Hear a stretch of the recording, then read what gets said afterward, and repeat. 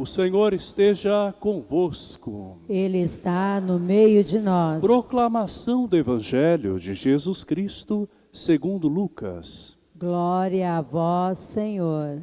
Naquele tempo, Jesus entrou num povoado e certa mulher, de nome Marta, recebeu-o em sua casa. Sua irmã, chamada Maria, sentou-se aos pés do Senhor e escutava a sua palavra. Marta, porém, estava ocupada com muitos afazeres. Ela aproximou-se e disse: Senhor, não te importas que minha irmã me deixe sozinha com todo o serviço? Manda que ela me venha ajudar. O Senhor, porém, lhe respondeu: Marta, Marta, tu te preocupas e andas agitada por muitas coisas, porém, uma só coisa é necessária. Maria escolheu a melhor parte, e esta não lhe será tirada. Palavra da salvação. Glória a vós, Senhor. Que as palavras do Santo Evangelho perdoem os nossos pecados. Amém.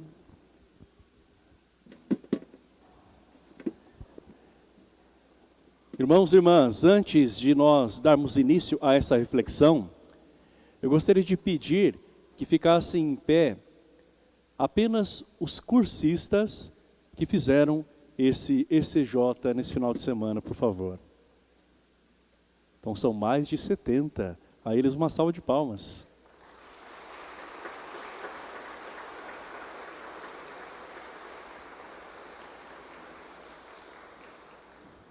Muito obrigado. Vocês tiveram a possibilidade de escutar a mensagem de Deus, de acolher o Senhor em tudo aquilo que foi falado e vivido. Agora eu peço que fiquem em pé aqueles que trabalharam como uma equipe para que esse encontro se concretizasse. Por favor. Estão espalhados por toda a igreja aqui. Uma salva de palmas a eles.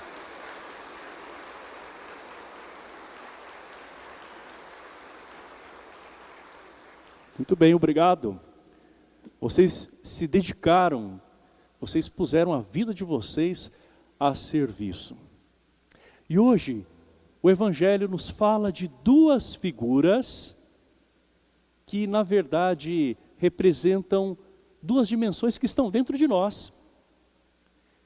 Marta e Maria. Marta é aquela que representa a ação. Maria, por sua vez, a contemplação. Em diferentes momentos da nossa vida, nós vivemos também essas experiências. Em alguns instantes somos como Marta, assim como vocês, neste encontro, bebendo da palavra de Deus, estando com Ele. Em outros momentos nós nos colocamos como Maria. Aliás, Maria que ouviu a palavra de Deus, não é? Nos colocamos como Marta, quero dizer, como aquela que serve, como aquela que consome a sua vida, que organiza as coisas, que se empenha para que aquilo que é obra de Deus realmente aconteça com a sua participação.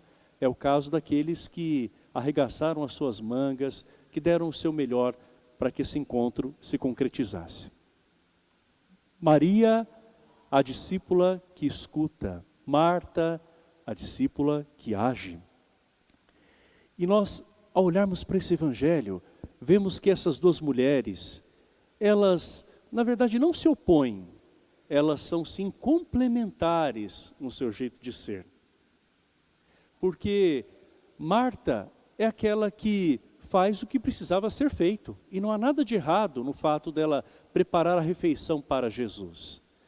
A questão aqui está na agitação interior de Marta, quando ela começa a se inquietar naquilo que ela tem que fazer, e ela acaba perdendo de vista para quem ela está fazendo.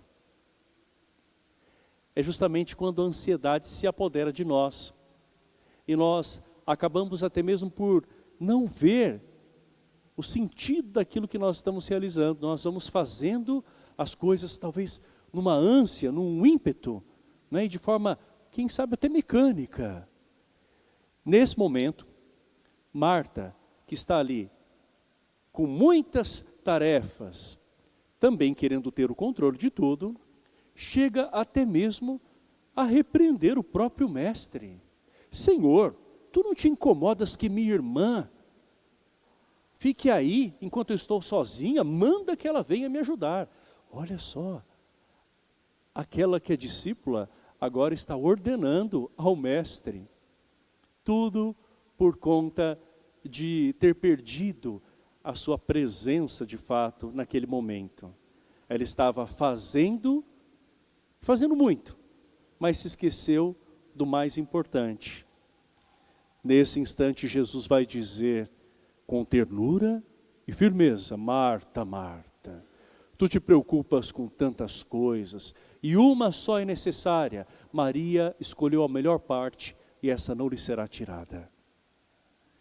Maria certamente também ajudava na casa. Não vamos pensar que Maria é aquela passiva e Marta a ativa. Não. Sem dúvida, em outros momentos, né, Maria também ajudava e fazia o seu papel ali na rotina do lar. Quem sabe até Maria estivesse escalada para lavar a louça, não é? Mas naquele instante, ela estava inteira diante do mestre, enquanto Marta estava fragmentada com tantas coisas por fazer. Maria nos mostra que a contemplação é necessária. Escutar atentamente ao Senhor, aprender dele e assim também agir depois como ele.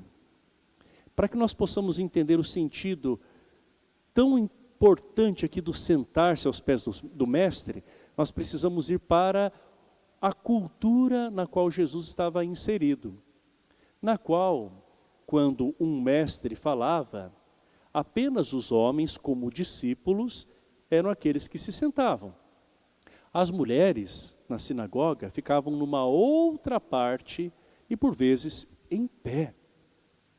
No momento em que Jesus permite que Maria se sente, ele está mostrando que ela é discípula também. E que ela tem esse direito, ela tem essa necessidade de estar ali, em comunhão com o mestre. Há muitas coisas por fazer e sempre haverá coisas por fazer. E nós podemos, talvez, quem sabe, mergulhar de cabeça num ativismo, achando que nós vamos salvar o mundo, quando a gente começa a abraçar um monte de coisas, não é? E pode também acontecer que a gente perca no meio do caminho o sentido daquilo que nós estamos fazendo. E para quê? E mais ainda, para quem nós estamos fazendo? Essa é uma tentação de quem às vezes se lança excessivamente no trabalho e diz assim, mas é pela minha família, mas falta o tempo de qualidade com a família. É claro que nas diferentes fases da vida, a gente tem que agir também de diferentes formas, não é? O trabalho é necessário, não se trata disso. Mas às vezes existe um foco imenso, não é? Em tantas atividades e nós vamos perdendo outros momentos preciosos da vida e com aqueles por quem nós dizemos estar trabalhando. Por isso que nós precisamos também aprender a parar um pouco. E parar aqui deve ser uma atitude de reflexão, sempre na companhia de Jesus. Porque se você não para meditar, para também refletir, contemplar o plano de Deus na sua vida e sobre a própria vida, pode acontecer que a vida te pare. Porque quando a gente se coloca como uma peça de uma engrenagem que gira freneticamente, pode acontecer também que no momento a gente pare e pare de vez. É o caso de muitas pessoas que também na igreja têm a ânsia de fazer o melhor para Deus. Isso é muito positivo, como Marta também o fez. Mas às vezes tentam fazer um monte de coisas e fogem de outras que também são importantes. Então o caminho de Deus não pode ser fuga da vida. Tem que ser um fortalecimento para a gente poder, na vida, agir com espiritualidade, com Ele, nele, por Ele. Senão, a gente acaba fazendo um monte de coisas e perdendo aquilo que é o fundamental, que é o essencial, que é o nosso crescimento espiritual, que é justamente o aprendizado que aquilo pode nos trazer. Ninguém, por outro lado, pode fugir também daquilo que é concreto, daquilo que precisa ser organizado, daquilo que requer ação, iniciativa, achando que basta a dimensão espiritual na oração ou no momento de adoração e está tudo resolvido. Não. O momento de intimidade com Jesus deve depois nos impulsionar a servir. É para isso que nós estamos aos pés dele. E os jovens de hoje têm uma característica muito bonita.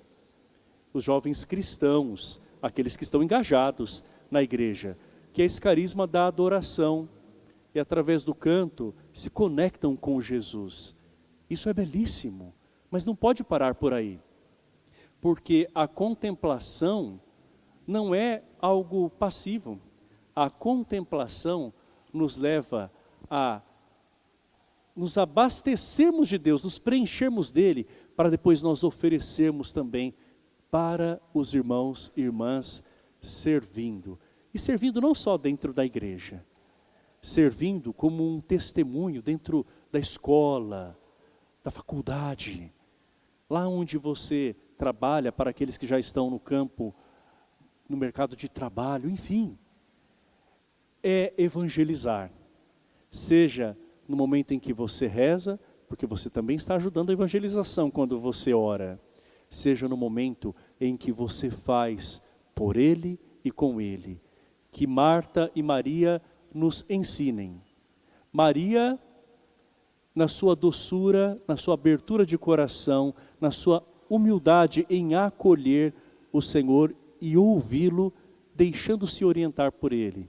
Marta, naquela lição que ela tomou, de que ela pode e deve fazer as coisas, mas antes ela deve estar junto com o Senhor, para que faça de maneira mais certeira, de maneira mais fecunda, de maneira mais evangelizadora. Que tudo isso nos faça pessoas de ação e de contemplação, que levem ao mundo a luz de Deus. Louvado seja nosso Senhor Jesus Cristo. Para sempre Ele seja louvado. Creio em Deus Pai, Todo-Poderoso, Criador